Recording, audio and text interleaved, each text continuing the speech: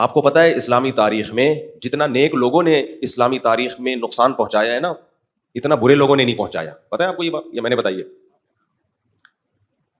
جتنا اسلامی ہسٹری آپ اٹھا کے دیکھیں، مسلم سوسائٹی کو، اسلامی حکومتوں کو، خلافتوں کو نیک لوگوں نے بیڑا غرق کیا ہے نا، اتنا دوسروں نے بیڑا نہیں غرق کیا. وجہ کیا ہے؟ بے موقع نہیں عن المنکر. سمجھتے ہو؟ مثال کے طور پر آپ نے دیکھا کوئی برائی ہے، واقعی وہ برائی تھی، آپ نے بے موقع اس پہ انگلی اٹھانا شروع کر دی. اب برے لوگ تو یہ کام کرتے نہیں ہیں، برے کیا کریں گے؟ برائی دیکھ کے ہونے دیں گے، ان کی صحت پہ کوئی فرق نہیں پڑتا.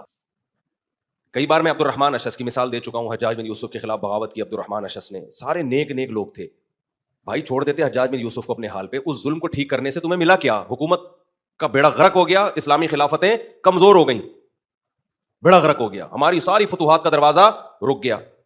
یہ سارے نیک لوگ تھے جو برائی کو دیکھ کے خاموش نہیں رہے، لیکن ٹھیک کرنے کا وہ طریقہ اختیار کیا انہوں نے جس سے حالات سیٹ ہونے کے بجائے اور زیادہ خراب ہو گئے. حجاج بن یوسف کی مثال ہے، ظالم تھا تو اسلامی فوجیں گئی بھی تھی مجاہدین لڑنے کے لیے. انہوں نے بولا ہم اتنا بڑا لشکر ہمارا تیار ہو گیا ہے کہ اب عیسائیوں سے تو بعد میں لڑیں گے، پہلے اپنوں کو تو ٹھیک کر لو.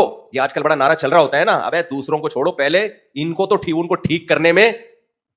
وہ کیا ہوا؟ عبد الرحمن اشعث نے اتنے بڑے بڑے بعض صحابہ بھی تھے اس میں، تابعین بھی تھے، محدثین بھی تھے، وہ سارا لشکر لے کر خود اپنی ہی حکومت پہ حملہ کر دیا.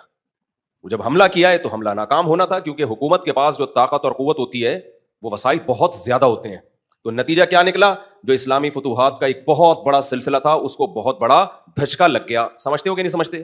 لیکن نہی عن المنکر کا جذبہ مسلمانوں میں ختم نہیں ہوا کہ ہم نے برائی کو جڑ سے ختم کرنا ہے، ایسی کی تیسی کرنی ہے برائی کی.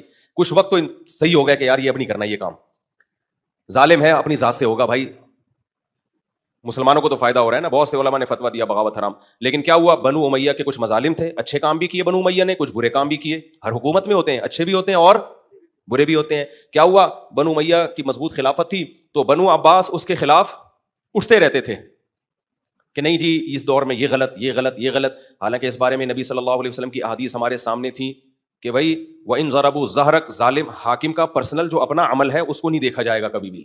وہ کس پہ چھوڑ دو؟ اللہ پہ. تم نے کس کو دیکھنا ہے؟ اسٹیٹ کو دیکھنا ہے، خلافت کو دیکھنا ہے، حکومت کو دیکھنا ہے. اجتماعیت کی خاطر تم نے انفرادیت کو قربان کرنا ہے. بہت ساری احادیث ہیں اس بارے میں، 2 اور 2 4 کی طرح. لیکن ہوا کیا کہ بنو عباس پھر کوشش میں لگے رہے. ایک دفعہ بغاوت کی، وہ پکڑے گئے، سب کو اڑا دیا بنو امیہ نے نا، سب کو قتل کر دیا. تو اب جب قتل کیا ہے تو دشمنی کم ہوگی بڑھے گی؟ بولو. اس سے بنو عباس کے دل میں بنو امیہ کی دشمنی کم ہونے کے بجائے اور زیادہ بڑھ گئی. بنو عباس نے بولا ٹھیک ہے ہمارے بندے مارے ہیں، حالانکہ وہ مارے اس بیس پہ تھے کہ بغاوت کر رہے تھے. لیکن پھر اتنی کمپلیکیٹڈ چیزیں ہو جاتی ہیں کہ پبلک کو پتہ ہی نہیں ہو رہا، پتہ ہی نہیں چلتا کہ کون صحیح ہے، کون غلط ہے، کون ظالم ہے، کون مظلوم ہے. پیچیدگیاں بڑھتی چلی جاتی ہیں اس سے. نتیجہ کیا نکلا کہ بنو عباس لگے رہے اور وہ قتل پکڑ کے بندے مارتے رہے.